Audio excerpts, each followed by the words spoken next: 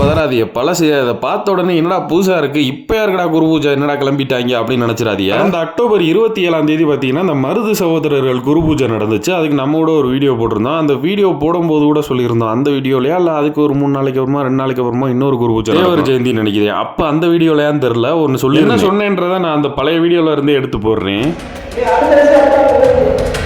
நினைக்கிற மாதிரி போலீஸ் பயந்தெல்லாம் இன்னைக்கு பேசல. அதாவது தம்பி மாதிரி சொல்றேன், அண்ணன் மாதிரி சொல்றேன். இன்னைக்கு இந்த தற்கொலைகள் அப்படிதான் சொல்லணும் இல்லைன்னு வச்சுக்கோங்க. அதை ஒரு காரணமா வச்சு ஒரு ஜாதி கலவரத்தை ஏற்படுத்தி விடுவாங்க. எதுக்கு இந்த தற்கொலை பிள்ளைகளால ஒரு கேவஸ் அந்த ஊருக்குள்ள கிளப்பணுன்றதுக்காண்டியே போலீஸ் அமைதியா இப்படிதான் நான் அந்த வீடியோல சொல்லியிருந்தேன். போலீஸ் அன்னைக்கு அதுக்காக மட்டும்தான் அமைதியா நிப்பாங்கன்றது ஊருக்கே தெரிஞ்ச உண்மை. ஏன்னா தமிழ்நாடு போலீஸ் ஒரு தரமான சம்பவத்தை பண்ணி வச்சிருக்காங்க. அந்த அக்டோபர் மாசம் நடந்த அந்த மருதுபாண்டியர் குரு பூஜை, தேவர் ஜெயந்தி, இதுல வந்து இந்த மதுரை பக்கத்துல வந்து இந்த காரை வச்சுட்டு இந்த மாதிரி அலும்பு பண்ணி தெரிஞ்சாங்க. அவங்களோட 46 கார்களை தமிழ்நாடு போலீஸ் வந்து பறிமுதல் பண்ணதோட போலீஸ் சும்மா இல்லாம தங்களோட கலைத்திறனை வெளிப்படுத்தி இருக்காங்க. ஒரு ஃபேமஸான டயலாக் ஒண்ணு இருக்கும்ல, வர்றவன் பொருள் எடுத்து அவனே போடணும்டா அப்படின்ற மாதிரி தற்கொலைத்தனமா கார்ல வந்து அவனோட காரை பிடிங்கி அவன் காரை வச்சு அவனே எஜுகேட் பண்ணிருக்காங்க போலீஸ். எப்ப அந்த 50 கார் பிடிச்சோம்ல, அதுல ஒரு 40 காரை மட்டும் எடுத்துட்டு வந்து இந்த பொட்டல்ல அப்படியே டிரைவ் சேஃப்னு அந்த காராலேயே எழுதுங்க. அதை ஒரு ட்ரோன் ஷாட் எடுத்து ரிலீஸ் பண்ணுவோம். ஃபன்னாவும் இருக்கும், எஜுகேட் பண்ண மாதிரியும் இருக்கும் அப்படின்னு சொல்லி போலீஸ் பிளான் பண்ணி எப்படி ஒரு செய்தியை செஞ்சிருக்காங்க.